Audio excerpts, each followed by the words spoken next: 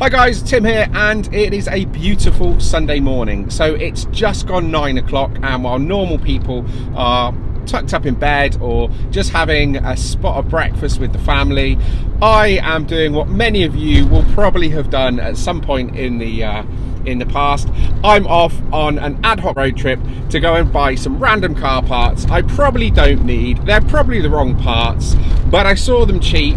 I thought I might need it, so I've jumped in the car. I'm now going to drive an hour to go and collect some car parts.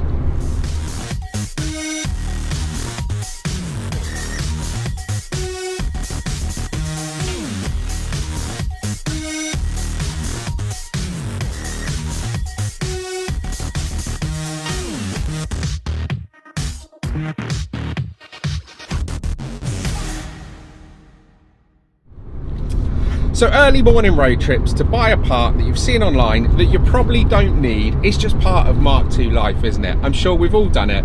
Now today it is a beautiful Sunday morning, so I don't mind taking an hour's drive to go and collect this part. So what is it, you might ask? Well, it is a BBS rear valance for a Mark II. Now I have a BBS kit already, so why am I buying another Valance? Well, it's good to have a spare. They don't come up very often, and to be honest, I thought for £100 it was worth having. The weather's beautiful. I get to go out for a 2-hour round trip in my Mark II. Now I'm leaving the town that I live in and going off to drive through the Cotswold countryside in my Mark II on a sunny day. So what's not to like about that? Now I've had to get up early to do this because I need to get back to the workshop. So we've got Castle Combe's spring action, which is now their summer action, in a couple of weeks' time, and in true to form, the race car is not ready. So we're nearly there, but there's a couple of last minute bits I want to do to it. I want to do an oil change, and I want to just change the brake fluid and bleed it through, because then I know that it's going to be absolutely perfect. And of course then it needs to go in for an MOT. So fingers crossed we don't find any nasty surprises on the MOT. But I think if we do it this week, then we've got a couple of weeks to sort it out. Now I'm back at work, so it means that we're only really able to play with the cars on the weekends.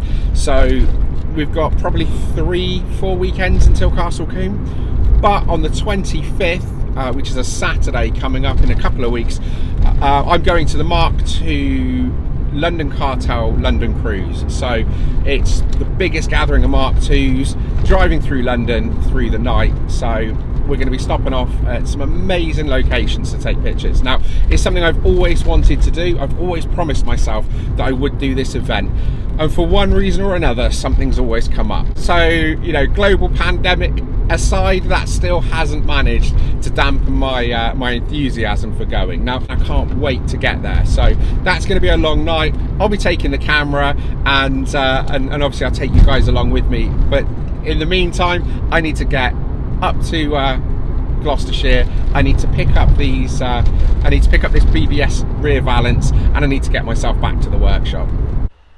So I'm back at the barn after my road trip to get that rear valance. Now this is the rear valance that I picked up today. It's in pretty good shape. The paint's a little bit scuffed, but look, it was always going to need repainting. So, do you know what? I'm more than happy with what I've got here. It's a bit of a rare bit of kit, and you don't see them every day. Unless I look in the barn, because as I said before, I've already got a complete BBS kit. So this is really just a spare, because I've got the rear, I've got the front, I've got the side skirts, and I've got the arches. I just need to decide what car I'm actually going to put this on. So while I've been away, Sam's been busy. As I said, we've got Castle Combe, and we don't only have to get my car ready, we also need to get Sam's Golf ready as well. So Sam's been busy replacing the steering arms on this Golf. There's a little bit of play in it, and do you know what, it was just the right time to get in there and get them changed. While it's in the air as well, we're going to get these brake discs changed, and we'll see if Sam can't absolutely destroy these on track at Combe in a couple of weeks.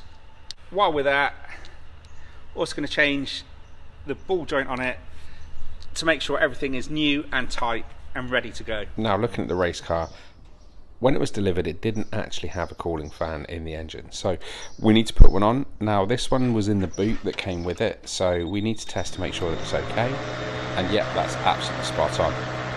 So we should be able to get that fitted with no problem at all. So these are fouling on the radiator hose, so what we don't want it to do is for that to wear through the rubber hose while we're out on track or driving in general. So just going to modify it with an angle grinder.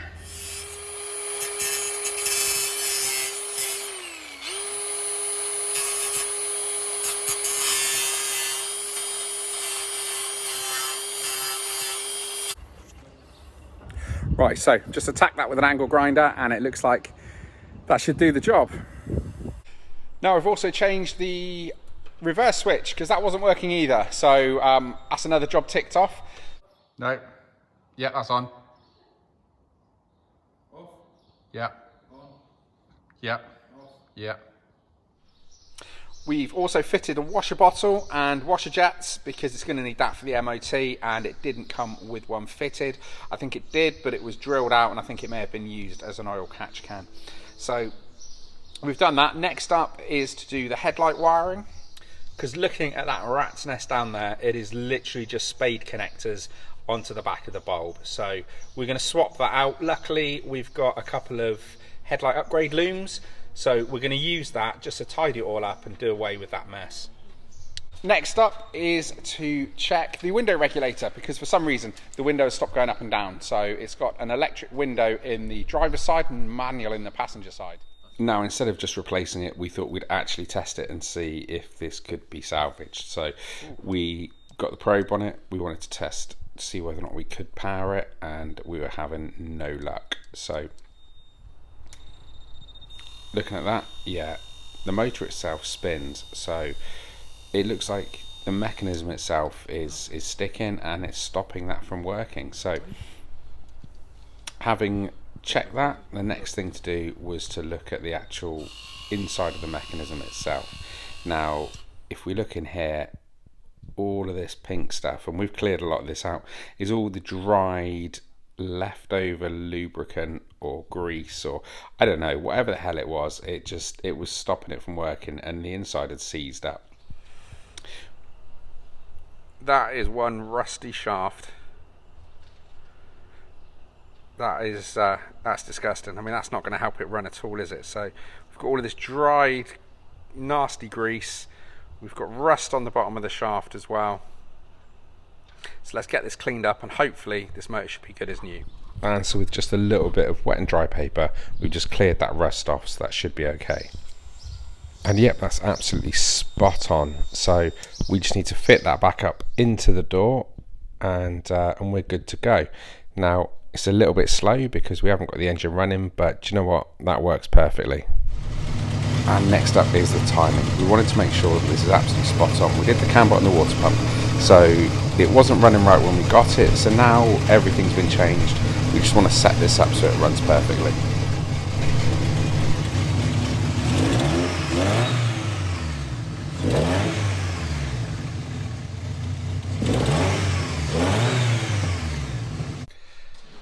Now, just take a look at the exhaust, because there was a rattle coming from it when we had it running, and oh my god, I mean the twin pipes sticking out the back look okay, but when you actually look at the rest of the system, it leaves a lot to be desired. So just looking at it here, we've got the twin pipes that looks okay, and then we get here and whoa, look at that.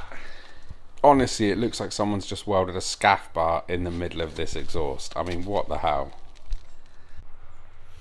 Now, luckily, I've got a lot of spare parts in the barn, so it's not as drastic as it looks. So I'm not impressed seeing it, in all fairness. It's a pretty pants exhaust. But the good news is we've got a spare Scorpion exhaust that we took off a Mark II a little while ago. So that can go back on. It's a stainless system for a 16 valve, but it's got a bit of an upswept letterbox, which I thought for a road car just wasn't my style, but on a track car, it doesn't matter. So here it is. It is what it is. We just need to cut the downpipe flange off the old exhaust so that we can fit it to the new one. So guys, that has been a very long, hot day in the workshop. So what have we actually got done? So we've tidied up a load of the niggly little jobs on the race car, getting it ready for its MOT. Now, I was hoping to get it in this week, but when we were underneath taking that exhaust off, it actually turns out there's quite a bit of rust under there. So I didn't get a chance to get that on camera, but I'm sure you'll see it next time when we tackle the welding. So it looks like our budget race car actually needs a bit more work than we originally thought. So that's a shame, but look, that's what happens when you buy a Mark II 16 valve for £1,300. So we're going to get the welding done. So we need to weld a section in the sill on the passenger side. That's gone there, and we also need to weld some in the rear as well by the rear valance. That's a bit crusty as well. So doesn't look like we're getting it MOT'd this week. That's a shame. Hopefully next weekend we can get and tackle that rust. This has just been a typical Sunday up at the barn. I've had Sam and Luke up the barn helping me out. Well, Sam's been helping me out. Luke's been chilling out in the sunshine, eating barbecue. So guys, look, it's been a good day. We haven't achieved as much as we wanted to. We're hoping to have that car ready for its MOT, but look, at the end of the day, I've spent the day in the sunshine with my mates playing with a Mark II, and frankly, that's what this is all about. So guys, thanks for watching, and I'll see you on the next one.